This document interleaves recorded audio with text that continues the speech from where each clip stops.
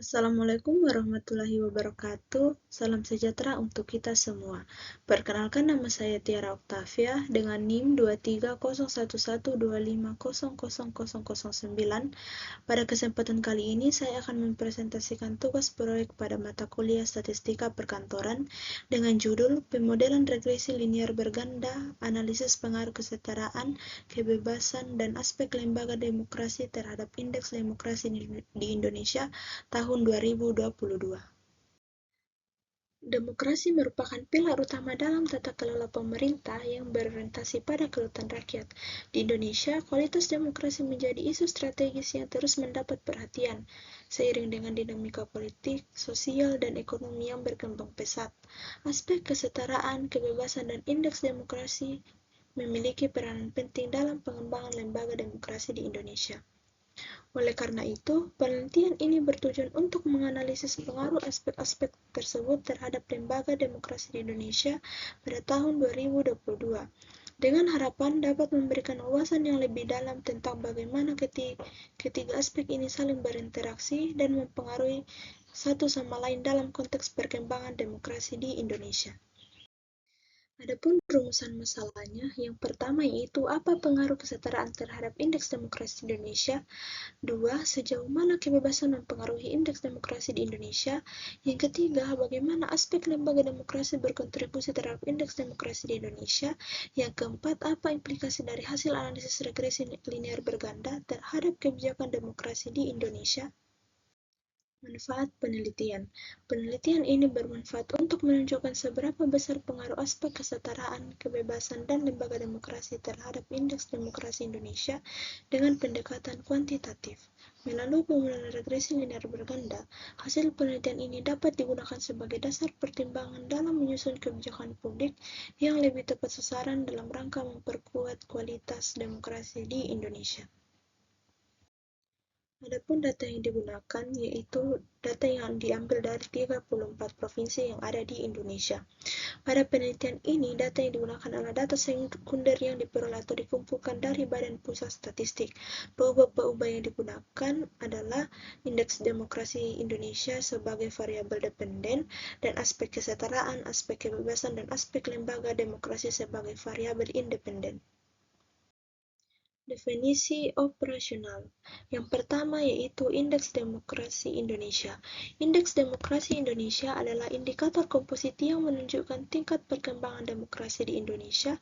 Indeks demokrasi dalam pengukuran ini dipahami sebagai komponen dari penilaian warga mengenai kualitas demokrasi yang mencakup kualitas fungsi partisipasi politik, kebebasan sipil, dan kualitas pemerintahan. Yang kedua yaitu aspek kesetaraan. Penilaian aspek kesetaraan bertujuan untuk mengukur sejauh mana demokrasi Indonesia mampu menjamin hak dan kesempatan yang sama bagi semua warga negara tanpa diskriminasi berdasarkan gender, etnis, agama, dan status sosial lainnya. Kemudian, aspek kebebasan. Aspek kebebasan mengacu pada tingkat perlindungan dan pemenuhan hak-hak dasar warga negara dalam berpendapat, berserikat, berkumpul, dan mengakses informasi tanpa tekanan dan ancaman. Kemudian, aspek lembaga demokrasi. Aspek lembaga demokrasi menilai keberadaan dan efektivitas institusi demokrasi dalam menjalankan perannya, termasuk parlementer, eksekutif, partai politik, serta mekanisme check and balance dalam pemerintahan. Kemudian kita masuk dalam flowchart. Proses diawali dengan langkah inisialisasi. Kemudian kita input data yang dibutuhkan untuk analisis linear berganda. Setelah data dimasukkan, dilakukan pengujian terhadap uji asumsi klasik seperti uji normalitas, uji autokorelasi, uji heterogenestisitas, dan multikolinaritas. Kemudian dilakukan pengecekan hasil uji asumsi. Jika data tidak terpenuhi, maka dilakukan penanganan terhadap data seperti transformasi, pembersihan, dan sebagainya. Kemudian setelah itu proses kembali ke awal untuk input data yang kemudian menginput data ulang. Namun jika asumsi terpenuhi, maka dilanjutkan ke tahap berikutnya, yaitu model dibangun berdasarkan data yang telah memenuhi asumsi regresi linear berganda. Analisis deskriptif. Yang pertama yaitu Indeks Demokrasi Indonesia. Berdasarkan diagram di atas, terdapat provinsi dengan indeks demokrasi tertinggi yaitu DKI Jakarta, Jawa Timur, dan Bali sekitar di atas 80%. Provinsi dengan indeks demokrasi terendah terdapat pada Papua Barat dan Maluku sekitar 60% atau lebih rendah. Kemudian aspek kesetaraan. Beberapa provinsi seperti DKI Jakarta, Jawa Timur, dan Nusa Tenggara Timur memiliki nilai yang mendekati atau di atas 80%, sedangkan provinsi seperti Papua Barat dan Maluku memiliki nilai yang lebih rendah sekitar 60% atau kurang. Kemudian aspek kebebasan. Berdasarkan diagram di atas, terdapat provinsi dengan aspek kebebasan tertinggi berada di DKI Jakarta, Jawa Timur, dan Bali mendekati 80% atau di atas 80%. Provinsi dengan aspek kebebasan terendah, Papua Barat dan Maluku, sekitar 60% atau lebih rendah. Kemudian yang terakhir yaitu aspek lembaga demokrasi.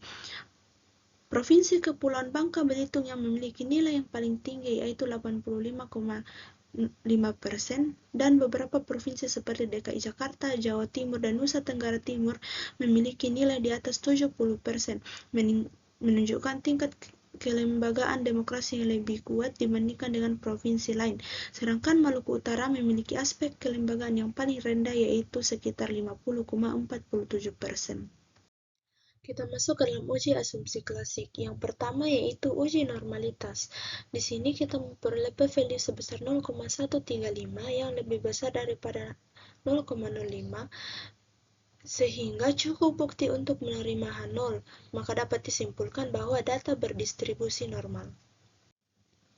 Kemudian uji multikolinearitas, di mana variabel aspek kesetaraan, aspek kebebasan, dan aspek lembaga demokrasi memiliki nilai Fifth lebih kecil daripada 10, yang berarti cukup bukti untuk menolak H0, maka dapat disimpulkan bahwa model regresi bebas multikolinearitas. Kemudian uji heterokedastisitas, di sini kita memperoleh p-value-nya sebesar 0,5846 yang lebih besar daripada 0,05, sehingga cukup bukti untuk menerima H0, maka dapat disimpulkan bahwa data tidak terjadi heterokedastisitas.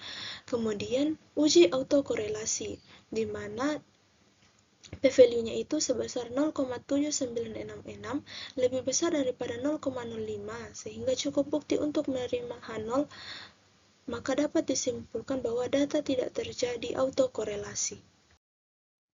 Uji signifikansi parameter. Yang pertama yaitu uji simultan atau uji F. Berdasarkan tabel di atas, nilai p-value-nya lebih kecil daripada 0,05, sehingga cukup bukti untuk menerima H0, maka dapat disimpulkan bahwa variabel secara bersama-sama dapat mempengaruhi indeks demokrasi Indonesia tahun 2022. Kemudian uji parsial atau uji T. Dapat dilihat bahwa setiap variabel memiliki nilai p-value lebih kecil daripada 0,05, sehingga ketiga variabel berpengaruh secara parsial terhadap indeks demokrasi Indonesia. Selanjutnya yaitu model regresi linear berganda. Diperoleh model regresi linear berganda seperti pada slide di atas. Persamaan di atas dapat dijelaskan yaitu sebagai berikut.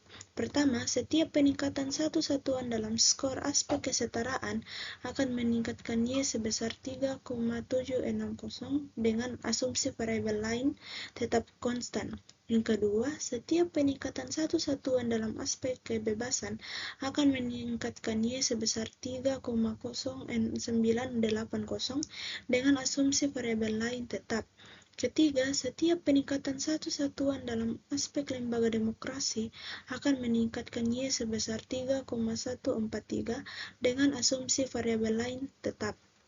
Kemudian uji koefisien determinasi. Berdasarkan tabel diketahui nilai adjusted R-square sebesar 1. Ini menunjukkan bahwa 100% variabel dalam variabel dependen dapat dijelaskan oleh variabel-variabel independen dalam model regresi. Artinya, model regresi sangat baik dalam memprediksi variabel target. Kedua, berdasarkan tabel diketahui nilai multiple R-square sebesar 1. Dapat disimpulkan nilai R-square sebesar 1 berarti bahwa 100% dari variabel atau variasi dalam indeks demokrasi Indonesia dapat dijelaskan oleh variabel-variabel independen yang ada dalam model regresi tersebut. Berdasarkan hasil analisis data yang telah dilakukan menggunakan regresi linear berganda, dapat disimpulkan bahwa aspek kesetaraan, kebebasan, dan aspek lembaga demokrasi secara signifikan memengaruhi indeks demokrasi Indonesia tahun 2022 dengan model regresi yang dihasilkan yaitu seperti di atas, yang mengindikasikan bahwa peningkatan pada masing-masing aspek akan diikuti dengan peningkatan yang sepadan terhadap nilai indeks demokrasi, dengan asumsi variabel lainnya tetap. Nilai koefisien determinasi R-square sebesar 1 dan adjusted R-square sebesar 1 menunjukkan bahwa model regresi ini mampu menjelaskan seluruh variasi data yang diamati secara sempurna. Saran yang dapat diajukan adalah perlunya peningkatan kualitas implementasi kebijakan publik yang berfokus pada pemenuhan ketiga aspek tersebut secara merata di seluruh wilayah Indonesia. Pemerintah sebaiknya tidak hanya menekankan pada perumusan kebijakan yang demokratis, tetapi juga memastikan pelaksanaan dan pengawasan yang konsisten hingga ke tingkat daerah. Demikian presentasi dari saya. Semoga apa yang saya sampaikan dapat memberikan manfaat. Sekian dan terima kasih.